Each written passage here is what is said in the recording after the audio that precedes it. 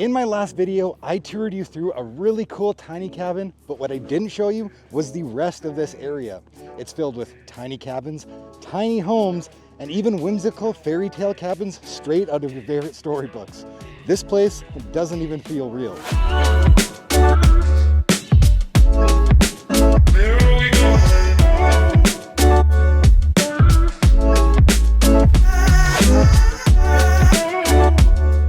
So my plan today was just to come out here and film some short form content for my Airbnb. But then as I was driving out here, I started thinking and reading over the comments from my last video of my tiny cabin tour.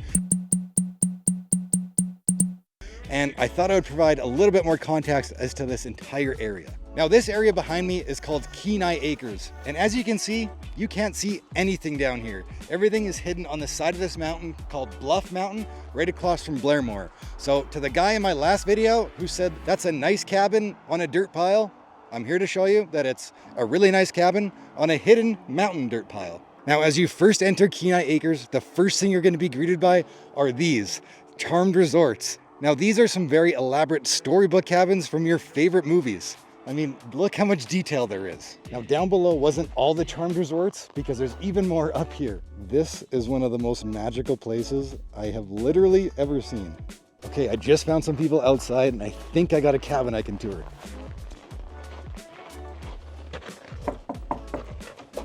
Hi. Hey, do you mind if we tour your cabin really quickly? Come on in. Thank you. Okay, well, thank you so much for the tour. Do you remember what this one's called? It's called the Hatter's House. Like the Mad Hatter? Yeah. Oh, that's crazy. This place is super elaborate. Obviously, we got people staying here, so we got a little bit of things in here. But how many people can stay in here? Up to about 6 people. 6 people? Yep. Okay, so you got a ton of beds. We got bunk beds over here. And just look at like all the art and how elaborate this place is. And then 2 more bunk beds in here. And then this super elaborate fireplace. Electric fireplace, obviously. Keep it safe. And then over here is a little kitchen. Yep, this. A little retro fridge. Yeah. No stove or anything like that? No, it does have a microwave. Okay. We found out, we didn't know about it until we found out. Open up here and there's the microwave. Okay, and then what's over here? That's the bathroom. I think it's own built-in heater pretty much. Okay, so you got a shower, toilet, sink. Yeah, like basically everything you need, I think. Yeah. Man, these places are super cool. Okay, thank you so much. So obviously that's one of the smaller cabins here.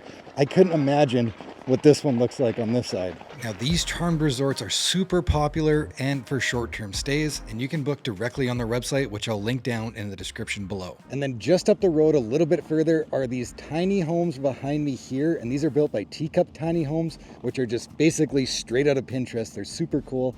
But you can also see behind me on this side, there are some more micro cabins that were like one of the earlier phases of this area, but there's still more to see. And then just a little further up the road is even more micro cabins. Now I think there's about 60 of these in total, but I could be completely wrong about that. But all these behind me here are actually sold already, but there is a new phase coming, and I'll leave a link down in the description below if you're curious about learning more information and maybe purchasing one for yourself. But what I really think is cool and unique about this whole area here is how creative people can get when you're not bound by the traditional builder thinking or even just a traditional campground.